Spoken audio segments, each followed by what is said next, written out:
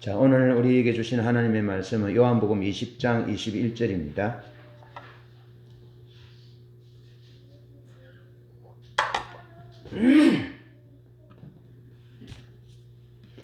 요한복음 20장 21절 제가 봉독합니다. 예수께서 또 이르시되 너희에게 평강이 있을지어다. 아버지께서 나를 보내신 것 같이 나도 너희를 보내노라. 아멘. 오늘은 나도 너희를 보내노라 라는 주제로 말씀을 나눕니다. 저는 어릴 때부터 특별한 선물을 받았습니다. 무슨 선물이냐고요? 궁금하죠? 500원 궁금하면 부모님으로부터 많은 유산을 물려받은 것은 아닙니다. 우리 어머니 돌아가셨을 때 장례 모든 것들 다 하고 나니까 우리 큰누님이 저에게 500만 원 주셨습니다. 그래서 우리 어머니가 저에게 물려주신 유산은 500만 원이 전부입니다. 우리 작은 누나에게는 300만 원 주고 저희에게는 그래도 아들이라고 500만 원 주셨습니다. 그 다음 나머지는 우리 큰누님이 장례하는 이런 부분 비용과 이런 부분들을 많이 들어갔거든요. 그래서 우리 큰누님이 하셔서 그래서 선물을 받았습니다. 귀하고 감사하지요. 그리고 유산을 두고 말하자면 뭐 내어놓을 것이 없지요. 네, 1000만 원도 아니고 뭐 억대도 아니고 500만 원. 그런데 어떤 집보다도 소중한 금액이지요. 그런데 그것도 중요하지만 아버지와 어머니로부터 귀한 선물을 받은 것이 있는데 그것이 뭐냐면 가야 할 곳에 가고 찾아보아야 할 곳에 찾아보고 돌아보아야 할 곳에 돌아보고 돈을 써야 할 곳에 돈을 쓰고 밥을 사야 할 곳에 사고 나서서는 안 되는 곳에는 나서지 않는 그런 훈련들이 참 귀한 선물이라는 거죠. 그래서 어머니가 아버지가 가라 하는 곳에 가면 그 위로가 필요하고 또 나누어진 마음의 일치와 화합이 필요하고 또 옛날에는 살기 어려워서 그 집안 형제들이 가족들이 뭐 친척들이 다 뿔뿔이 흩어져 있었잖아요.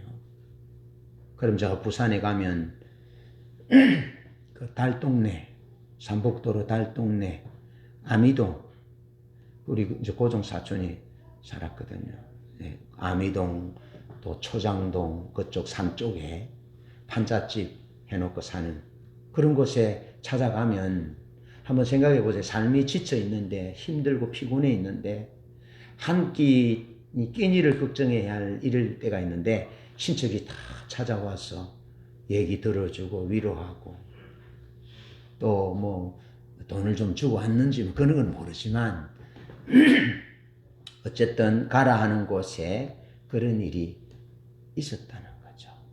여러분 사람이 온다는 것은 참 중요하죠. 예, 그것은 그 사람의 인생이 온다는 거잖아요. 예, 우리 동숙 집사님 집에 자부가 온다는 것은 단순한 한 여성이 자부가 온다는 것 개념보다 그 예를 들어서 뭐 30살이면 30년 동안의 그 인생이 고스란히 담겨있는 그 인생이 우리에게 오는 거잖아요. 예. 참 소중한 것이죠. 예. 그래서 가라 하는 곳에, 보내는 곳에 가는. 그래서 가서 보고, 듣고, 느끼고 하면서 이제 사람이 되어 간 거죠. 예. 그래서 목사의 소양이 그때 이제 길러지기 시작한 거죠. 그래서 어려운 곳에 잘 찾아가고, 외로운 사람의 손잡아주고 함께 밥 먹고 위로하고 이런 것에는 너무 자연스러운 거죠. 그런 이제 소양들이 길러진 거죠. 여러분 보내지 않으면 누가 갈 수가 없습니다. 예, 보내야 갈 수 있는 거죠. 그리고 가야만이 역사가 일어나잖아요. 예, 오늘은 예수님께서 제자들을 이제 보내시는데 보내시는 분이 어떤 분이고 또 우리가 가는 그 환경이 어떤 환경이고 또 그런 환경 가운데 우리가 어떤 중심과 각오와 자세로 선교적 소명을 감당해야 되는지 간단하게 말씀을 세 가지로 나눠봅니다. 먼저 보내시는 분이 누구냐 하는 거예요. 보내시는 분이. 저는 우리 어머니가 저를 보내셨어요. 우리 아버지가 저를 보내셨어요. 그렇기 때문에 상당히 기뻤어요. 상당히 기쁘고 그 일이 뿌듯하고 행복하고 자랑스럽고 그랬어요. 자, 오늘 주님이 부활하신 주님이 이제 하나님의 나라로 올라가시기 전에 제자들에게 오셔서 부활하신 주님이 너에게 평강이 있을지어다. 그렇게 말씀하셨어요. 평강이 있을지어다. 샬롬 하베림. 샬롬 친구여. 그러면서 평강이 있을지어다. 그렇게 말씀하신 다음에 내가 아버지가 나를 보내신 것 같이 나도 너희들을 보낸다 하신 거예요. 아버지 하나님이 예수님을 이 땅에 보내신 것은 이 땅이 죄로 인하여 얼룩졌고 사망의 음침한 땅이 된 거예요. 이 땅을 회복시키고 살리기 위해서 죽음의 땅을 생명의 땅이 되게 하기 위해서 하나님 아버지가 예수님을 이 땅에 보내셨거든요. 그래서 예수님이 이 땅에 오므로 역사가 두 예수님 전 BC와 AD로 나누어진 거죠. 예, 그러면서 신 플레바스는 그렇게 말하잖아요. 예수님의 피가 십자가에서 이 땅에 부어졌기 때문에 이 땅은 아름다운 땅이 되었다는 거예요. 죽음의 땅이요, 빼앗는 땅이요, 적자 생존의 땅이요, 힘 있는 자, 돈 많은 자가 존중받고 힘없고 가난한 자들은 무시받는 그런 땅에 주님이 오심으로 인해서 다 같이 평등한 삶을 선물하신 거죠. 예. 그래서 주님이 오셔서 사망의 그늘진 곳에 빛이 비쳤고 생명이 주어졌고 부활이 주어졌고 영생이 주어졌고 가정이 회복되고 개인이 회복되고 사단 마귀의 압제하에 있었던 그 개인과 가문과 그런 그 민족의 운명이 끊어지는 회복되는 그런 역사가 예수님이 오심으로 인해서 가능했거든요. 예, 그래서 예수님이 오신 소식이 복된 소식이라는 거죠. 그래서 주님이 그렇게 이 땅에 오신 거죠. 아버지가 보내셔서 오신 거죠. 그래서 예수님이 이 땅에 찾아오신 사건이 가장 큰 인류의 가장 큰 사건이고 개인적으로 예수님이 찾아오셔서 예수님을 만난 사건이 개인에게 있어서 가장 큰 사건이라는 겁니다. 개인의 저주와 운명이 끊어졌기 때문에 가정도 그렇고 나라도 민족도 그런 거지요. 그런 주님께서 제자들에게 나도 너희를 보낸다라고 말씀하신 거예요. 나도 너희를 보낸다. 그러면서 보낼 때에 어떻게 합니까? 예수님이 성령을 주셔서 성령을 받으라 그렇게 하시면서 그냥 보내지 아니하고 빈손으로 가지 아니하고 싸울 때 무기가 필요하잖아요. 사역을 할 때 설교적 소명을 감당할 때 무기가 필요하잖아요. 그래서 성령을 주셨다는 거죠. 예. 성령님은 다이너마이트가 이제 다이너마이트 알잖아요. 이렇게 동굴을 바위를 깨뜨리거나 할 때 폭약. 그 다이너마이트를 가지고 이제 깨뜨리잖아요. 성령님의 이름은 두나미스예요. 두나미스. 능력이라는 거죠. 예수님이 제자들을 파송하시면서 능력을 주셨다는 거예요. 두나미스를. 예. 그리고 성령님의 또 다른 이름은 헬프예요. 도와주시는 분이에요. 우리가 좀 잘 못할 때 우리를 도와주시고 또 성령님의 다른 이름은 카운셀러예요. 뭐냐면 우리를 상담해 주는 거죠. 우리가 어떻게 해야 될지 이래야 될지 저래야 될지 모르는 그 고민스러운 때에 성령님이 우리의 상담자가 되셔서 우리를 잘 이끌어 가시고 또 성령님은 진리의 영이에요. 진리의 영이에요. 여러분 지금 이 시대는 보면요. 얼마나 많은 미혹하는 일들이 많은지 모릅니다. 여러분 우리가 뉴스에서 나오잖아요. 희한한 보이스피싱 계속 나오잖아요. 그죠?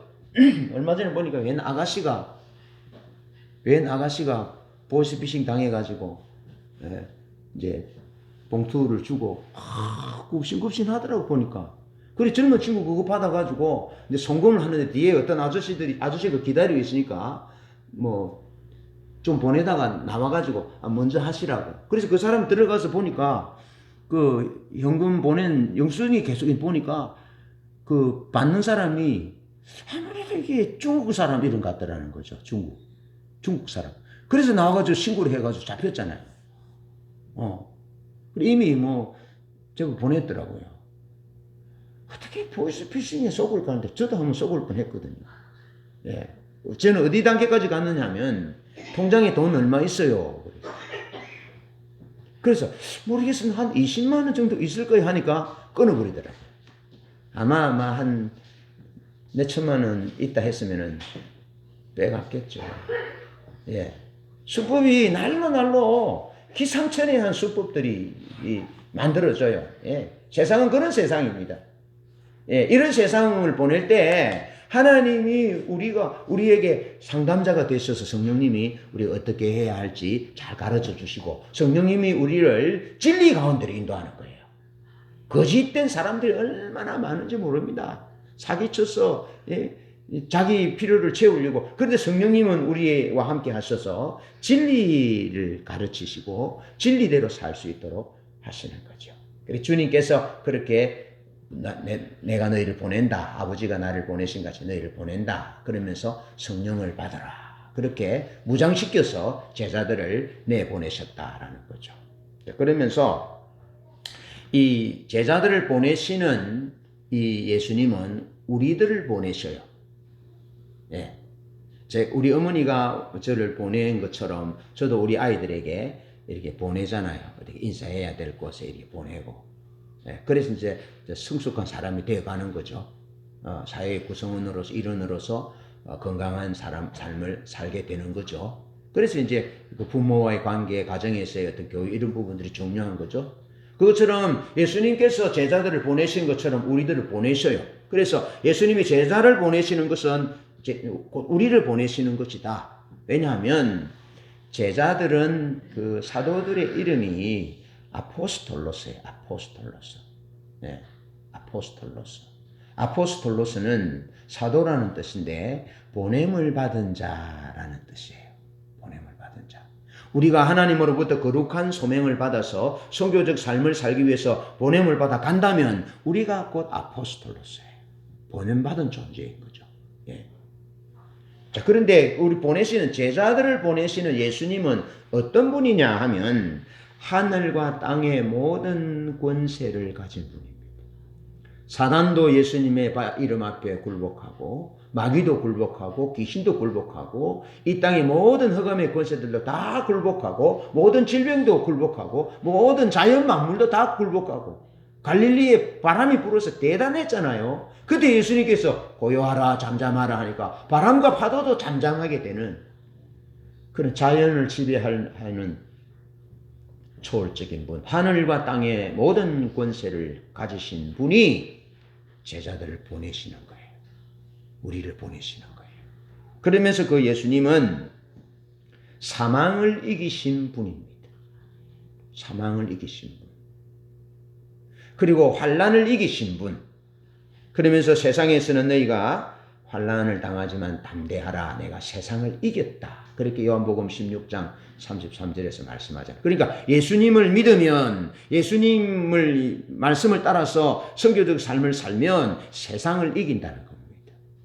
우리는 세상을 이기는 자입니다. 저는 세상을 이깁니다. 예수님의 이름으로 능력으로. 성령의 능력으로 세상을 이깁니다. 예. 돈이 필요하지만 돈의 노예가 되지 않습니다. 예. 어떤 권세나 권력이 필요하지만 그것이 노예가 되지 않습니다. 나는 오직 주 예수 그리스도 그분의 노예입니다. 그분의 종입니다. 그분이 세상을 이기시 승리자이시기 때문에 나도 세상을 이깁니다. 예, 세상이 지지 않습니다. 그러면서 그분은 평강을 주실 뿐 아니라 성령을 보내주시는 분이고 세상 끝날까지 항상 함께 하겠다라고 약속하시면서 임마누엘로 함께 하시는 분입니다. 우리를 보내시는 분이 우리와 함께 하신다고요. 요즘 제가 우리 막내 운전을 시켜주거든요. 운전을 시켜주는데 제법 해요. 제법 하는데 이제 내가 안 가려고 그러니까 자기 혼자 해야 되잖아요. 그러니까 이제 제 아내가 걱정입니다. 네. 같이 가라고. 3월까지는 같이 가라고. 그랬더니 얼마 전에 뭐라 그러냐면은 큰 차를 타고 뒤에 따라가라는 거죠. 자기 혼자 가고 큰 차를 타고 뒤에 따라가라는 거죠. 무슨 차입니까? 내가 옆에 있으나 없으나 자기 실력은 늘 그건데 내가 옆에 있으면 듬직하다는 거죠. 믿을 수 있다는 거죠. 이해되죠? 여러분, 제자들을 보내시는 예수님이 내가 세상 끝날까지 너희와 항상 함께 하겠다라고 약속하시는 거죠. 그분이 세상을 이긴 분이고 마귀를 이긴 분이고 죽음을 이긴 분이에요. 그분이 우리와 함께 하신다. 뭐 하시려고요? 도와주려고. 그분이 우리를 도와주려고 함께 하신다는 거죠. 자, 그러면서 이사야 6장 8절로 9절을 보면 이사야가 하늘의 예배 광경을 보고 주님의 영광을 봅니다. 그때 이사야가 이렇게 말합니다. 화로다 나여 망하게 되었도다. 나는 입술이 부정한 백성 중에 거하면서 만군의 왕이신 여호와를 배웠다. 만군의 여호와이신 왕을 배웠다. 라고 자기 죄의 모습이 보여져서 하나님 앞에 엎드립니다. 그러니까 하나님이 천사를 통해서 화저로 핀 숯불을 입술에 대서 그 죄를 용서해 줍니다. 그러면서 하나님이 참 재밌습니다. 하나님이 거기 이사야밖에 없어요. 천사들도 있고 이사야가 있습니다. 그러면 보세요. 참 세상이 내 백성들이 타락해서 참 신음하고 쭉 사망의 골짜기를 가는데 저들을 구원해야 되는데 누가 저기 가서 내 마음을 전해줄꼬. 그렇게 하나님이 이렇게 혼자 말씀을 하시는 거예요. 그럼 그 누가 있다고요, 사람이? 이사야밖에 없어요. 그리고 천사들도 있어요. 천사들이 나타나서 우리에게 우리의 언어를 쓰지 않기 때문에 선교적 소명은 천사들이 감당하는 것이 아니고 사람이 감당해야 돼. 사람의 역사는 사람이 하나님의 뜻을 받들어서 순종할 때 하나님의 역사가 이끌어져 가거든요. 쓰여져 가거든요. 그러니까 참 하나님도 참 재밌으신 분이고 멋있은 분이고 아름다우신 분이에요. 그럼 네가 가라 이렇게 하면 될 텐데 하나님 절대 그렇게 하지 않는 거죠. 그 마음에 자발적으로 감동이 되어서 예 내가 하겠습니다 할 때 맡겨주시는 분이지 네가 해라 그렇게 하지 않습니다. 하나님. 그만큼 하나님은 인격체이세요. 인격적이시죠. 예. 우리가 잘못할 때도 주님이 우리가 잘못한 것을 회개하도록 기다리시고 그리고 꼭 회개해라라고 말씀하실 때가 되면 그 마음이 충분히 준비되었을 좀 됐을 때 딱 사람을 보내서 말씀하세요. 그런 분이에요. 그러니까 하나님이 그렇게 말씀하잖아요. 누가 누구를 보내지? 누가 우리를 위하여 가서 저 사망의 그늘진 곳에 앉아 내 백성에게 이제 내 마음을 전하지. 그렇게 하나님이 음성이 들리잖아요. 이사야에게. 그러니까 이사야가 주여 내가 여기 있습니다. 나를 보내주십시오. 그러니까 하나님이 이사야에게 가라 하시거든요. 여러분 이사야를 보내시는 하나님은 어떤 분이냐면 이렇게 말합니다. 이사야서 6장 앞에 부분 3절 이 부분은 만군의 여호와이신 왕을 배웠다 그렇게 말해요. 만군의 여호와라는 말은 히브리 말로 야훼 츠바옷인데 야훼 츠바옷. 그건 뭐냐면 하나님은 단순히 우리를 구원하시는 하나님이라는 의미뿐 아니라 하나님은 별들의 하나님도 되시고 달의 하나님도 되시고 태양의 하나님도 되시고 은하계의 하나님도 되시고 기린의 하나님, 사자 동물들의 하나님, 식물들의 하나님, 강과 바다와 산과 들과 하늘과 바닷속의 생물의 모든 이 세상에 있는 모든 것의 주인이라는 겁니다. 그 하나님이 이사야를 보내시는 하나님이라는 거죠. 그 하나님이 이사야를 보내고 있습니다. 그러면서 여러분 우리가 나무를 자르잖아요. 큰 나무를 이제 완전히 밑에까지 딱 자르잖아요. 여기 뒤에 아파트 뒤에 가면은 히말라야 시타를 밑에부터 쫙 잘라버리는 부분이 있어요. 그럼 어떻게 됩니까? 그걸 그루터기라 하잖아요. 그루터기부터 완전히 딱 잘라버려요. 그러면 그 나무는 끝이에요. 그 나무는. 저기 자른 나무들은 거기 누워서 나무가 자라지 않아요. 죽고 없어요. 그런데 이사야를 보내시는 만군의 여호와 하나님은 그 그루터기 같이 잘라져 버린 거기에서도 새로운 가지를 내실 수 있는 분이라는 겁니다. 아무것도 없는 것에서부터 새로운 역사를 시작할 수 있는 분이고 끝났다고 생각하는 것에서 새롭게 시작하실 수 있는 분이 이사야를 보내시는 하나님이라는 겁니다.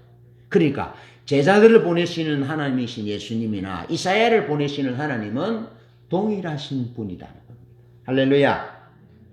그 하나님이 교회와 제자들과 또 이사야에게 우리를 선교적 소명을 감당하도록 하나님의 백성들, 사망의 그늘진 곳에 앉아있는 저 땅 하나님의 백성들을 구원하기 위해서, 회복시키기 위해서 하나님이 보내시는데 그냥 혼자 보내시는 것이 아니고 하나님이 함께 하신다. 우주의 왕이신 하나님, 사망의 권세를 이기신 하나님, 하늘과 땅의 모든 권세를 가진 하나님, 세상 끝날까지 함께 하시겠다 하시면서 보내시는 거죠. 갈만합니까? 갈만합니다. 순종하여 가기만 하면. 가서 예수 이름을 전하고 하나님의 사랑을 전하고 하나님이 이런 마음을 가지고 여러분들을 사랑하고 계세요 라고 전하기를 하나님이 우리를 보내신다 하는 겁니다. 우리 곁에 하나님이 계셔서 영원히 함께 하셔서 우리를 도우신다. 두 번째로 그럼 보내는 환경은 어떤 환경이냐는 거죠. 환경. 여러분 이사야의 환경이나 예수님 시대의 환경이나 똑같았죠. 예. 이사야 시대나 예레미야 시대나 예수님 시대의 환경은 똑같았습니다. 이사야서 26장 13절, 29장 13절, 예레미야 12장 2절, 또 마태복음에도 마가복음에도 마태복음 13장 14절 이런 내용들을 보면 들어도 깨닫지 못하고 보아도 보지 못하는 시대가 이사야 시대였다는 겁니다. 이게 하나님의 말씀을 들어도 깨닫지 못하고 하나님의 놀라운 역사를 보아도 알지 못하는 그런 시대가 이사야 시대인데 예수님이 사셨던 시대가 그랬습니다. 그래서 예수님이 마태복음 13장 14절에도 하나님의 말씀을 깨닫지 못하는 그런 환경을 말하잖아요. 사람의 마음이 하나님의 말씀을 들어도 깨닫지 못하는데 깨닫지 못하는 이유는 뭘 먹지, 뭘 마시지, 뭘 입지. 아이고 우리 집에 송아지 새끼를 낳았어요. 그래서 교회 갈 수 없어요. 오늘은 우리 사업적으로 큰 계약을 하는 날이기 때문에 바이어를 만나야 되기 때문에 오늘 주일 교회 갈 수 없어요. 오늘은 우리 아이 시집 보내고 장가 가는 날이기 때문에 교회 갈 수 없어요. 그래서 천국 복음이 하나님의 말씀이 우리를 살리는 말씀이 선포되는데 내 개인적인 문제 때문에 하나님의 말씀을 듣지 않는 거예요. 들어도 깨닫지 못하는 거예요. 못 깨닫게 되는 거죠. 예. 보아도 알지 못하는 거죠. 그런 시대가 예수님 시대였어요. 예수님이 죽은 자를 살리셨어요. 38년 된 병자를, 불치병자를 고치셨어요. 남에서부터 앞이 안 보이는 소경을 고쳐주셨어요. 그런데도 예수님을 안 믿었어요. 예수님의 말씀을 받아들이지 않았어요. 믿을 수가 없었어요. 성경을 읽으면서도. 자기들이 구원 얻기 위해서, 영생 얻기 위해서 성경을 읽을 뿐, 성경은 예수님에 대해서 기록하고 있는데, 예수님을 알기 위해서 예수님이 말씀하신 것을 듣고, 예수님이 행하시는 기적을 보고, 예수님께로 나오지 않았어요. 그것이 예수님 시대의 특징이에요. 이사야 시대도 똑같은 특징이었어요. 이사야 시대는 나라가 무너진 시대가, 나라가 멸망받았던 시대가 이사야 시대잖아요. 아시리아 제국에 의해서 나라가 멸망되었던 시대. 예레미야 시대는 신바벨론 제국에 의해서 나라가 멸망되었던 시대. 예수님 시대는 로마 제국에 의해서 나라가 멸망되었던 시대예요. 그러니까 나라가 멸망되었던 새 시대의 특징은 하나님의 말씀을 들어도 깨닫지 못하고 하나님의 기사와 능력과 표적을 보고도 알지 못했던 시대가 특징적이었어요. 뭐 때문에? 자기 개인적인 집안이나 개인적인 일 때문에 거기에 초점이 맞추어서 하나님의 말씀과 하나님의 행하시는 일에 대해서 놀라운 일이 일어남에도 관심이 없었어요. 관심이 없었다니까요. 그런데 미안하지만 제자들이 파송받았던 제자들이 가는 환경도 그랬다는 겁니다. 대표적으로 사도행전 28장 26절에 보면 사도 바울이 이제 로마 복음을 전하는 내용인데, 아침부터 저녁까지 하나님 나라를 강론해도 믿는 자도 있지만 믿지 않고 흩어지는 자들이 있었다 하는 거죠. 사도들이 복음을 전할 때 보세요. 베드로와 요한이 구시 기도 시간에 성전으로 올라가다가 나면서부터 걷지 못하는 안전뱅이를 고쳐주잖아요. 그죠? 고쳐주니까 사람들이 사람들이 베드로를 막 붙잡습니다. 아, 대단한 일을 했다고. 그러니까 이제 솔로몬 행각으로 사람들이 막 모여드는 거죠. 그러니까 이제 베드로가 뭐라고 그러냐면, 왜 이 사람들은 나를 주목하느냐? 이 사람을 고친 이는 나사렛 예수시다. 예수 그리스도를 믿는 믿음이 이를 고쳤다. 왜 나를 주목하느냐? 그렇게 짜증 섞인 얘기를 하거든요. 예수님이 그렇게 하셨다는 거죠. 나면서부터 걷지 못한 자를 고쳤는데 그 사람 나이가 한 40세쯤이라 말이에요. 그러니까 40년 동안 걸을 수가 없으니까 성전문에 앉아서 이제 구걸하는, 동냥하면서 살았던 사람이에요. 근데 이 사람을 고쳐주었어요. 고쳐주니까 산헤드린 공회나 성전 맡은 자들이 베드로와 교회를 비판하기 시작하는 거예요. 이해되시죠? 그러니까 관심이 하나님께 없으면, 관심이 하나님의 나라에 하나님의 말씀을 듣는 것에 없으면 놀라운 기적이 일어나도 못 본다는 거예요. 못 듣고 못 깨닫는다는 거예요. 그 시대가 이사야 시대가 그랬고, 예레미야 시대가 그랬고, 예수님 시대가 그랬고, 예수님이 제자들이 보냄받는 파송받는 환경이 그랬다는 것입니다. 그래서 주님은 복음을 전해야 한 그들의 그 환경은 듣기는 들어도 깨닫지 못하며 보기는 보아도 알지 못하는 완악하고 무관심한 환경이고 그런 시대다는 겁니다. 지금 이 시대가 그렇다는 겁니다. 관심 없습니다. 여러분 뭐 미스터 트롯, 뭐 영탁이 보지 알지요? 저도 압니다. 영탁이 노래 부르는 거 참 좋아요. 신금을 울리고 사는데 노래를 듣고 눈물을 흘리고 저도 참 좋더라고요. 좋아해요. 요즘 얼마 전인데 팬텀싱어 4 하는데 봐요? 금요일에 팬텀싱어 하는데 보세요. 노래하면 호소력이 있잖아요. 노래 부르고. 예. 그런 부분들이 있는데 사람들은 그런 것에 관심이 있습니다. 그런 것에 관심이 있고 주식에 이제 관심이 있고 어떤 미모 이런 것에 관심이 있고 하나님의 나라, 하나님의 교회, 영혼이 구원받는, 영생 얻는 여기는 관심이 없어요. 왜 그런 줄 아세요? 죽음에 대해서 생각을 안 해요. 옛날에는 꽃상여를 하고 앞소리 뒷소리 하면서 막 가잖아요. 그럼 줄줄이 쫙 가잖아요. 그러면서 다리를 건널 때 인생은 다리예요. 다리를 건널 때 그 앞소리하고 하는 사람들이, 상여 주도하는 사람들이 이제 돈을 많이 뜯어야 되니까 안 가요. 그러면 이제 상주들이 거기 돈을 이렇게 꽂으면 또 다리를 건너가요.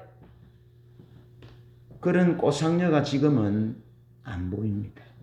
그래서 죽은 사람이 리무진에, 화려한 리무진에 다 타고 이렇게 가기 때문에 죽음에 대해 사람은 생각을 안 합니다. 관심이 없습니다. 하나님의 나라, 사람이 죽으면 어떻게 돼? 이런 부분에 대해서는 관심이 없고, 오직 이 땅에서 어떻게 잘 살 것이냐, 어떻게 건강하게, 팔팔하게 오래 살고 잘 살 것이냐, 어떻게 남보다 더 누리고 살 것이냐, 그런 생각들 뿐입니다.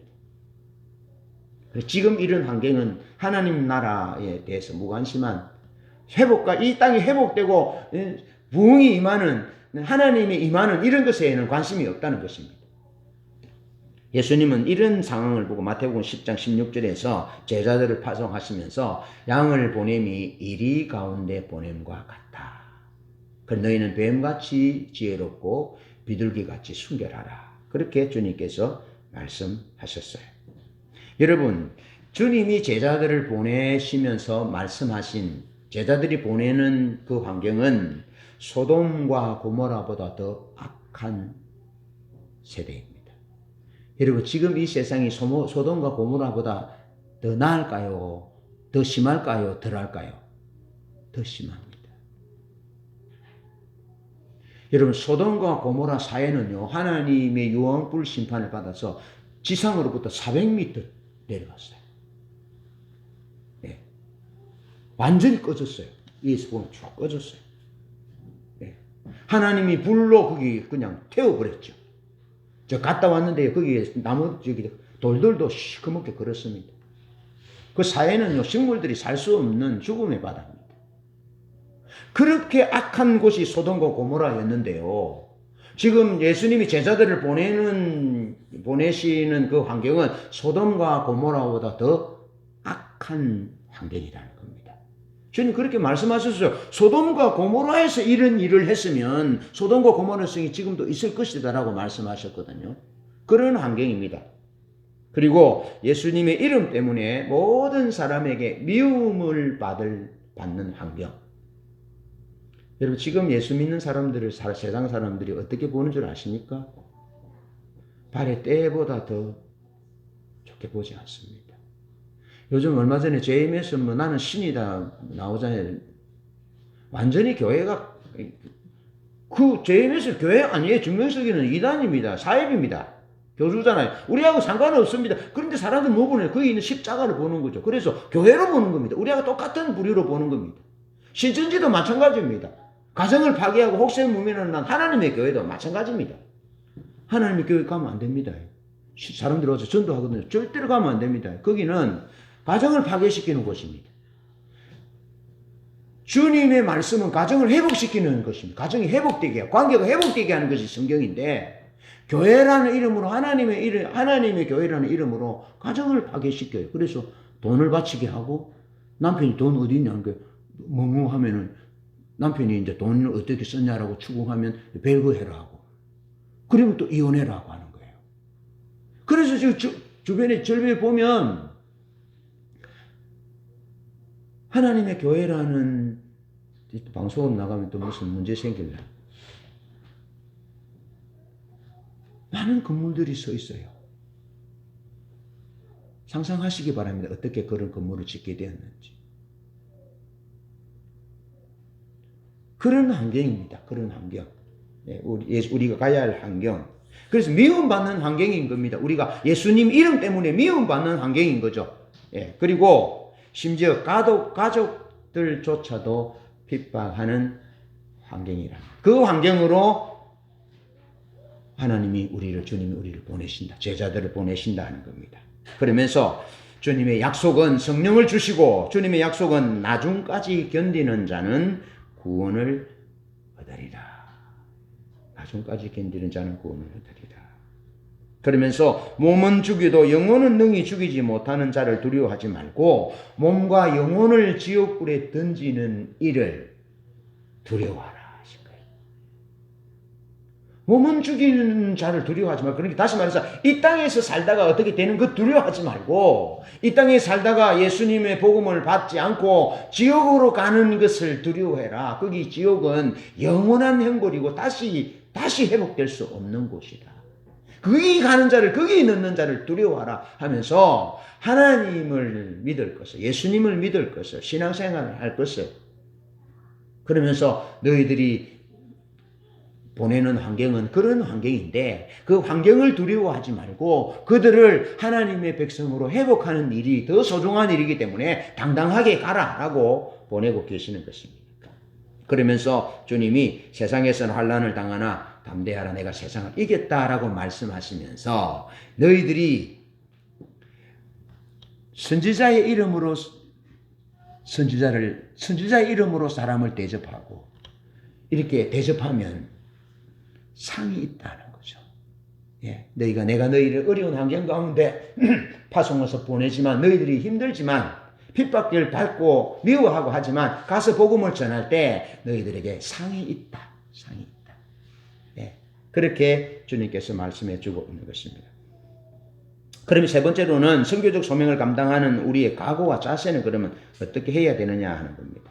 여러분, 이사야의 소명과 사역, 제자들의 사역이고 우리의 소명과 사역과 같은 거죠. 이사야의 사역은 열매를 맺고 결과를 내도록 부름받은 것이 아니라 하나님의 말씀에 신실하도록 부름을 받았음을 아셔야 합니다. 실제로 하나님은 이사야에게 주어진 임무는 성공이 아니라 성실이었다는 겁니다. 제자들에게 부여해 주신 임무는 성공이 아니었습니다. 세상적인 성공이 아니었습니다. 예수 그리스도 이름을 전하는, 목숨을 걸고 예수 그리스도 이름을 선포하는 그 성실에 있었다는 것입니다. 그런데 이사야의 환경과 예수님의 환경과 제자들의 환경과 오늘 우리의 환경은 듣기는 들어도 끝까지 깨닫지 못하고 보기는 보아도 끝까지 알지 못하는 사람들에게 하나님의 말씀을, 회복과 구원의 말씀을 선포하도록 보냄을 받았다는 겁니다. 그래서 하나님이 이제 이사야가 그러잖아요. 들어도 깨닫지 못하고 보아도 알지 못하는 그런 시대에 말을 전하라는 겁니다. 그러면 무슨 얘기냐면은 벽에 대고 말하는 것과 같은 것입니다. 아무런 반응이 없는 것입니다. 그렇게 얼마나 힘들겠어요. 그런 환경이라는 것입니다. 이사야가 가는 환경과 제자들이 가는 환경과 우리가 가는 환경이 그렇다는 것입니다. 그래서 예수님의 복음을 전하고 예수님의 사랑을 전하는 우리의 환경이 그렇다는 것입니다. 그리고 그것을 마치 벽에다가 뭘 대고 말하는 것처럼 그런 환경이라는 것입니다. 그러니까 이사야가 이렇게 묻습니다. 하나님께. 하나님, 듣기는 들어도 깨닫지 못하는데 또 얘기해야 합니까? 하나님의 기적이 일어나고 안전병이가 일어나고 그런 놀라운 역사가 일어난데도 사람들은 하나님에게 관심이 없는데요. 그래도 해야 합니까? 언제까지 해야 됩니까? 라고 이사야가 물어보니까 하나님이 이렇게 말씀하십니다. 성읍이 황폐하고 주민이 없으며 가옥에 사람이 없고 토지는 황폐하고 여호와께서 사람들을 멀리 옮기셔서 이 땅 가운데 황폐한 곳이 많을 때까지 그렇게 해라. 그렇게 말씀하십니다. 다른 말로 해석하면 이렇습니다. 언제까지 그렇게 해야 합니까? 다시 말해서 언제까지 우리 남편이 예수 안 믿는데 언제까지 예수 믿으라고 얘기해야 합니까? 우리 자녀들이 신앙생활 하라고 해도 말도 안 듣는데 언제까지 그렇게 해야 합니까? 우리 이웃에 온갖 아양을 다 들고 사랑을 하고 섬기면서 교회 가자라고 하는데도 말 안 들어요. 오히려 빈찬하고 그래요. 예수를 믿으려면 뭘 믿으라 그렇게 하는데 너무너무 속상해요. 그래도 계속해서 이웃집에 가서 사랑으로 섬겨야 합니까? 남편을 자녀를 계속해서 예수 믿으라고 해야 합니까? 언제까지 해야 됩니까? 라고 물을 때 하나님이 뭐라 대답하시느냐 하면 나는 남은 자를 모을 것이다. 나는 남은 자를 모을 것이다. 나는 그루터기에서도 싹이 나게 할 것이다. 얼마든지 가능하게 할 것이다. 안 된다고 생각하지 말아라. 내가 그렇게 할 것이다. 라고 주님이 말씀하십니다. 내가 참된 신자를 모을 것이다. 내가 남은 모든 자들이 나를 진실로 사랑하고 신뢰하며 따를 때까지 나는 반복할 것이다. 그런 사람이 필요하다. 이사야 너가 그래 줘야 되겠다. 그 말입니다. 그러니까 이사야는 저부터 열매를 맺고 결과를 얻고 세상적인 성공을 거두고 이사야의 말에 사람들이 다 항복하고 엎드리고 그런 것을 위하여 부름받은 것이 아니라 하나님의 마음으로 지속하여 전하는 것입니다. 지속하여 전하면 받아들이든지 받아들이지 않든지 이사야의 할 일은 지속적으로 신실하게 하는 것입니다. 그렇게 하면 그 사람의 마음에 감동을 주어 진실한 성도가 되고 그루터기에 싹이 나게 하고 하나님을 경외하고 하나님을 사랑하고 끝까지 따르게 하는 이 사람을 만드는 것은 하나님이 그렇게 하실 것이라는 겁니다. 그런데 하나님은 어떻게 그 일을 하시느냐 하면 찾고 또 찾고 하고 또 하고 그렇게 해서 내가 반드시 내가 내 백성들을 나를 사랑하고 나를 따르고 신실하게 나를 경외하는 자를 내가 찾고 찾을 것이다. 그렇게 말씀하시는 겁니다. 그러면서 하나님께서 에스겔 34장에 이렇게 말씀합니다. 11절 12절에 목자들이 하나님이 이사야 같은 목자들을 세웠는데 목자들이 하나님이 말씀하시는 이 부분들에 대해서 조금 하다가 안 들으니까 이제 마음을 닫고는 자기들만 먹인다는 겁니다. 자기 먹고 살 것만 생각한다는 것입니다. 그러니까 하나님이 이사야 같은 목자를 세워서 하나님의 백성들이 잃어버린 양을 찾아다니면서 듣든지 안 듣든지 하나님 너희를 사랑한다. 돌아와야 된다. 회복해야 된다. 너희들은 남은 자다. 그렇게 계속해서 말씀해야 되는데 그렇게 하지 않는다는 것입니다. 그러니까 하나님이 뭐라 그러냐면 에스겔 34장 11절 12절에 내가 내 양을 잃어버린 양을 찾고 또 찾고 찾으리라. 내가 찾고 찾으리라.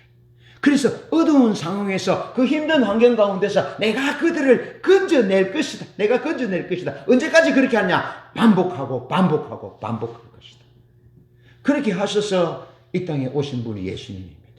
선지자를 보내고 아침부터 저녁까지 새벽부터 저녁까지 전하고 부르고 찾아도 안 들으니까 계속해서 주님이 파송하잖아요. 이사야를 보내고 예레미야를 보내고 계속 보내잖아요. 계속. 그리고는 결국에는 우리의 구주 예수 그리스도를 보내신 거죠. 찾고 찾을 때까지. 그 예수님이 십자가를 지시고 부활해서 승천하신 다음에 예수님이 누구를 보냅니까? 제자들을 보내는 거죠. 뭐 하려고요? 또 찾고 주님이 쉬지 않는 것입니다. 하나님의 백성들을 찾고 진실로 하나님을 사랑하고 하나님을 신뢰하고 하나님을 따르는 사람들이 나오도록 하나님이 쉬지 않고 찾고 그렇게 반복하고 쉬지 않을 것이라고 말씀하시면서 예수님을 보내셨고 사도들을 보내셨고 교회를 세우셔서 오늘 우리를 보내시는 것입니다. 그러니까 우리를 보내시는 이는 하나님이신데 이 잃어버린 세상을 사망의 그늘진 곳에 앉아있는 이 땅을 하나님이 회복시키셔서 하나님을 사랑하는 땅, 하나님을 사랑하는 백성들이 되게 하시기 위해서 이 일을 하나님은 반복하고 계시는 것입니다. 쉬지 않고 찾고 찾으시는 것입니다. 그러면서 우리들을 보내셔서 선교적인 소명을 감당하면서 찾고 또 찾고 계시는 것입니다. 말씀을 정리합니다. 듣는 사람의 반응은 우리의 책임이 아닙니다. 우리의 책임은 하나님의 선교적 부르심에 신실하게 충성하는 것입니다. 듣는 사람의 마음을 움직여서 믿게 하고 하나님을 따르게 할 그 책임은 하나님께 있습니다. 하나님이 그렇게 하실 것입니다. 하나님은 그 일을 쉬지 않고 일하십니다. 그런데 쉬지 않고 일하시는데 사람을 통해서 그 일을 하신다는 것입니다. 이사야와 같은 사람, 제자들과 같은 사람, 사도 바울과 같은 사람, 오늘 우리의 십자가 복음에 있어서 선교적 소명이 하나님이 우리를 부르신 목적이구나 하는 것을 인지하고 인식하는 사람을 통해서 하나님이 쉬지 않고 일을 하고 계시는 것입니다. 그래서 듣는 사람의 반응은 우리의 책임이 아니다. 우리의 책임은 하나님의 선교적 부르심에 신실하게 충성하는 것이다. 그래서 우리의 성공은 세상적인 성공과 다르다는 겁니다. 우리의 성공은 신실함이 성공이다. 우리의 성공은 하나님의 말씀에 순종하는 것이 성공이다. 이 일을 위해서 하나님이 우리를 보내신 줄 알고 하나님이 보내신 목적을 따라 선교적 소명을 감당하는 우리 모두 되시기를 축복합니다. 찬양합니다.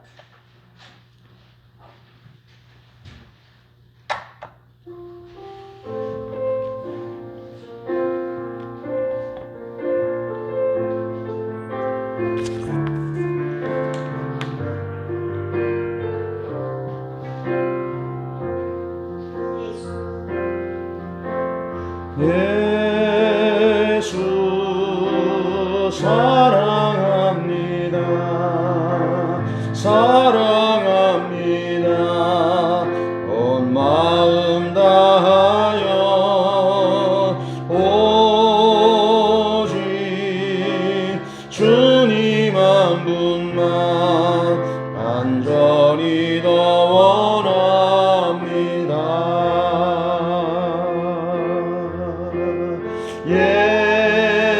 예수 사랑합니다. 사랑합니다. 온 마음 다하여 오직 주님 한 분만 간절히 더 원합니다. 넘쳐나네